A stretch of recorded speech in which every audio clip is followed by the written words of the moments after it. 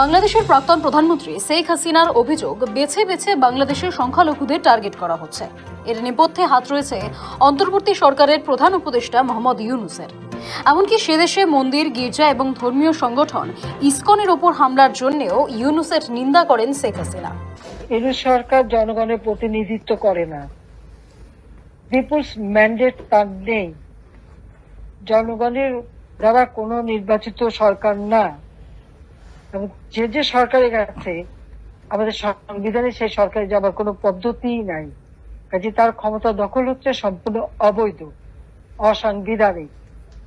এটা অসাংবিধানিক অবৈধ সরকারের কোনো অধিকার নেই সংবিধানে হাত দেয়।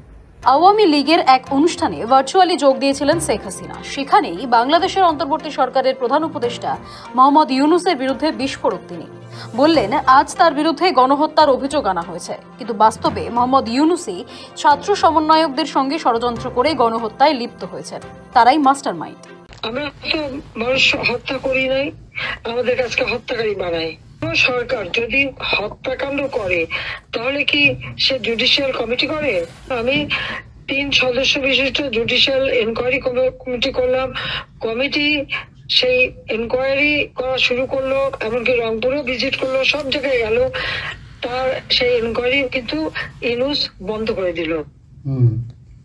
এবং শুধু এখন 15 জুলাই থেকে এরপর 8 জুলাই আগস্ট পর্যন্ত যত হত্যাকাণ্ড, অগ্নিসংযোগ যা কিছু হয়েছে সব তারা মাফ করে দিয়ে দায় মুক্তি দিল। কারণ ইউনূসের কথায় তারা এই হত্যাকাণ্ড চালিয়েছে। গ্রেনেড হামলা হলো, গ্রেনেড হামলা সাজাপ্রাপ্ত আসামি এখন উপদেষ্টা। জঙ্গিদেরকে নিয়ে চলা, এটাই তো। এবং সে তো নিজে স্বীকার করলো যে এটা কোনো গণঅভ্যুত্থান না, কিছু না, এটা হলো তার মেটিকুলাসলি ডিজাইন করা একটা আন্দোলন, যে তার মাস্টার মাইন্ড সে করছে, সেই প্ল্যান করে এই ঘটনাগুলি ঘটাইছে। তার মানে এখানে তো নিজেই বলছে যে ছাত্র আন্দোলন বা জনগণ আন্দোলন না। তার মানে সে একেবারে প্রকৃতপক্ষে একটা সন্ত্রাসী কর্মকাণ্ড এই ইউনূস এদেরকে নিয়ে করছে।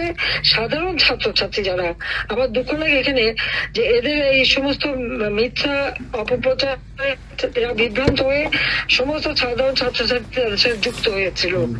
এই যে বিভৎস হত্যাকাণ্ড করা, কথায় কথায় গুলি করে মারা, এবং তাদের মিছিলের মধ্যে এলো, সেখানে গুলি করে মেরে ফেলতে একটা বুলেট। সেই বুলেটটাও আজকে তাদের একজন উপদেষ্টা, তিনি আর্মির লোক, তিনি চেনেন, জানেন। সে যখন দেখলো যেটা 7.62 বুলেট, যে বুলেটটা আমাদের পুলিশও ব্যবহার করে না, আর্মিও ব্যবহার করে না, কেউ ব্যবহার করে, সেই বুলেট কোথেকে আসলো, সেই রাইফেলটা কোথায়, এটা তদন্ত করে বের করতে হবে। উনি যেই তদন্তের কথা বললেন সেই তাকে সরিয়ে দেওয়া হলো। যখন জুডিশিয়াল কমিটি বললাম তদন্ত করতে, ইউনূস সেটা বন্ধ করলো।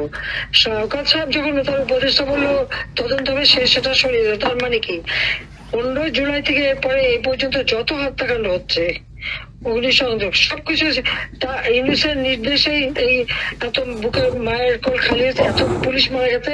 তীব্র বৈষম্য বিরোধী ছাত্র আন্দোলনের জেরে গত 5ই আগস্ট বাংলাদেশ ছাড়েন শেখ হাসিনা। তারপর নোবেল জয়ী মোহাম্মদ ইউনূসের নেতৃত্বে সেদেশে অন্তর্বর্তীকালীন সরকার গঠিত হয়। এর কয়েকদিন পর থেকেই বাংলাদেশের সংখ্যালঘুদের ওপর অত্যাচার বেড়েছে বলে অভিযোগ। এরপর পরিস্থিতি নিয়ন্ত্রণে ইউনূস সরকার কোনো পদক্ষেপ করেনি। শেষে সরকারের কাছে নিরাপত্তার দাবি জানিয়ে শান্তিপূর্ণ আন্দোলনে নামে বাংলাদেশের সংখ্যালঘু হিন্দুরা, যার নেতৃত্বে ছিলেন হিন্দু সন্ন্যাসী চিন্ময় কৃষ্ণ দাস। কিন্তু তাকে রাষ্ট্রদ্রোহের অভিযোগে গ্রেফতার করা হয়। জামিনের আবেদন খারিজ করা হয়, তার পাঠানো হয় জেল হেফাজতে। মঙ্গলবারও চিন্ময় কৃষ্ণ দাসের জামিন খারিজ হয়। আরও 1 মাস তাকে জেলে থাকতে হবে। এদিন তার হয়ে কোনো আইনজীবী সওয়াল করেননি। চিন্ময় প্রভুর মুক্তির দাবিতে বিক্ষোভে সরব সেদেশের সংখ্যালঘুরা, মুখর ইসকনও। ফলে নতুন করে অশান্ত বাংলাদেশ। এই পরিস্থিতিতে মোহাম্মদ ইউনূসের বিরুদ্ধে বড় অভিযোগ করলেন শেখ হাসিনা।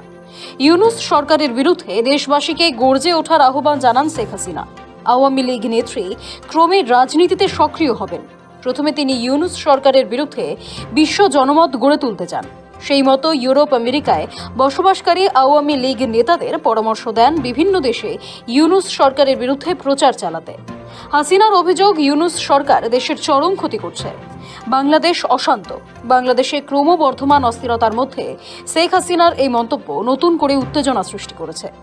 ব্যুরো রিপোর্ট, সময়, কলকাতা।